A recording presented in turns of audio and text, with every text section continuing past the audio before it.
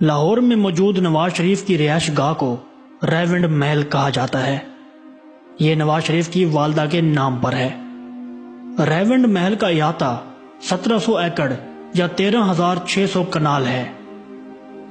ملحقہ خریدی گئی زمین بھی شامل کی جائے تو 25,000 کنال سے زائد بنتی ہے۔ یہاں جانے کے لیے ایک خصوصی گیٹ بنایا گیا ہے جس پر نواز شریف کی والدہ بیگم شمیم شریف اور بیٹی مریم نواز کے نام بڑے بڑے حروف میں کندہ کیے گئے ہیں۔ شاہی رہائش گاہ میں 3 باورچی خانے، 3 ڈرائنگ روم، 1 سوئمنگ پول، 1 مچھلی فارم، 1 چھوٹا سا چڑیا گھر اور 1 جھیل شامل ہے۔ اس علاقے میں میاں شریف نے جو زمین خریدی اس کو قومی خزانے سے پیسے خرچ کر کے جدید سہولیات سے آراستہ کیا گیا۔ اس رہائش گاہ میں تقریباً 1500 ملازمین کام کرتے ہیں جن کی مجموعی ماہانہ تنخواہ کروڑوں روپے بنتی ہے۔ وزیر اعظم نواز شریف جب دوسری بار وزیر اعظم بنے تب انہوں نے ریونڈ محل کی تعمیر و آرائش پر خصوصی توجہ دی۔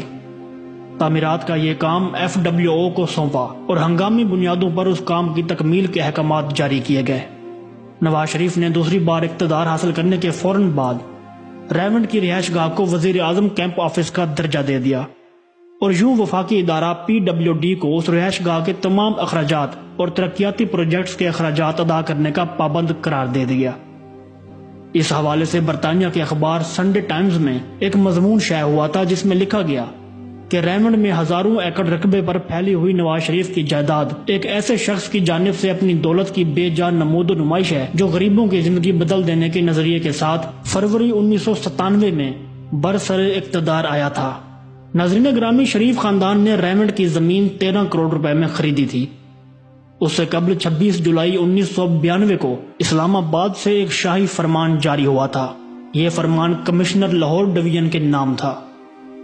وزیر اعظم سیکریٹریٹ نے اس فرمان کے ساتھ کمشنر لاہور کو سرکاری خزانے سے 5 کروڑ روپے جاری کیے تاکہ وہ شریف خاندان کی ریونڈ میں واقع اس عالیشان رہائش گاہ کو لاہور سے جوڑنے والی سڑک کی حالت کو بہتر بنائے۔ اور اس کے بعد فوراً ایک اور حکم نامہ جاری ہوا اور ساتھ ہی مزید رقم بھی جاری کر دی گئی۔ اس بار کمشنر لاہور کے لیے حکم یہ تھا کہ وہ ایک اور سڑک تیار کروائیں جو اتفاق کمپلیکس اور اتفاق فارم کے درمیان سے گزرے، اور اس پروجیکٹ کے لیے 14 کروڑ 90 لاکھ روپے اضافی ادا کیے گئے۔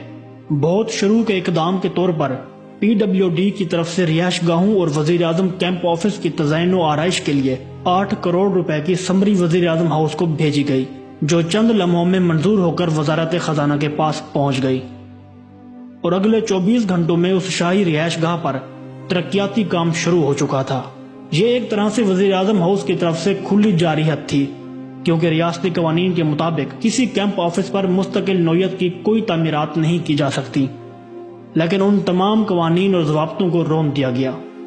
بعد ازاں ایک شاہی فرمان کے ذریعے سوئی نادرن گیس کو شریف فارم سے احکامات موصول ہوئے۔ پہلا حکم نامہ یہ تھا کہ مذکورہ محکمہ فوری طور پر مرکزی گیس پائپ لائن کو شریف فارم سے منسلک کر دے اور اس کام میں کسی نوعیت کی تاخیر نہیں ہونی چاہیے۔ اس موقع پر خصوصی طور پر اہتمام کیا گیا کہ گیس کی سپلائی کے ساتھ کسی دوسرے کو کنیکشن نہ دیا جائے۔ مقامی لوگوں نے اس سہولت سے فائدہ اٹھانے کی کوشش کی لیکن ان کی درخواستوں کو واپس کر دیا گیا۔ ایک محتاط اندازے کے مطابق گیس پائپ لائن کی اس تنصیب پر قومی خزانے سے 7 کروڑ روپے، جو کہ آج کل کے 70 کروڑ روپوں کے برابر ہیں، خرچ کیے گئے۔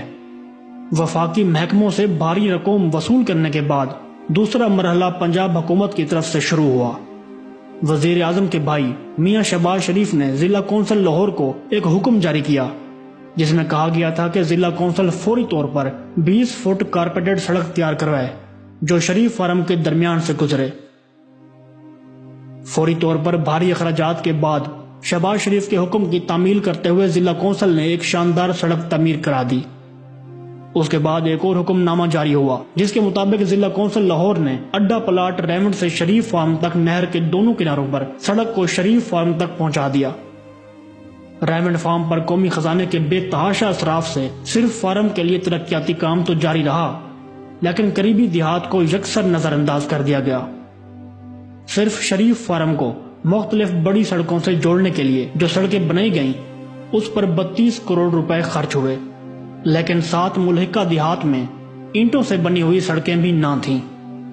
اور غریب کسان کچے راستوں سے اپنی زرعی مصنوعات منڈی تک پہنچانے پر مجبور تھے۔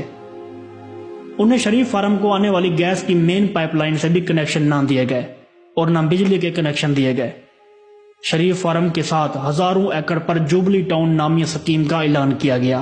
حالانکہ حکومت پنجاب کے اعلان کردہ جوہر ٹاؤن اسکیم اور سبزہ زار اسکیم ابھی تک مکمل نہیں ہو سکی تھی، لیکن جوبلی ٹاؤن کا منصوبہ صرف اس لیے بنایا گیا کہ شریف خاندان نے جو زمین بہت کم نرخوں پر خرید کر سرکاری خزانے سے ترقیاتی کام کروا کر قیمتی زمین میں تبدیل کرا لی تھی، اس کو جوبلی ٹاؤن میں شامل کر کے اربوں روپے کمائے جائیں۔ اس عظیم الشان منصوبے کے لیے مجموعی طور پر 80 دیہات کا پانی بند کر دیا گیا، ایک نہر کو اپنے مفاد میں پختہ کرنے کے لیے، جس کے باعث کسانوں کی تیار فصلیں سوکھ گئی تھیں اور ان کے مویشی پانی کو ترس گئے۔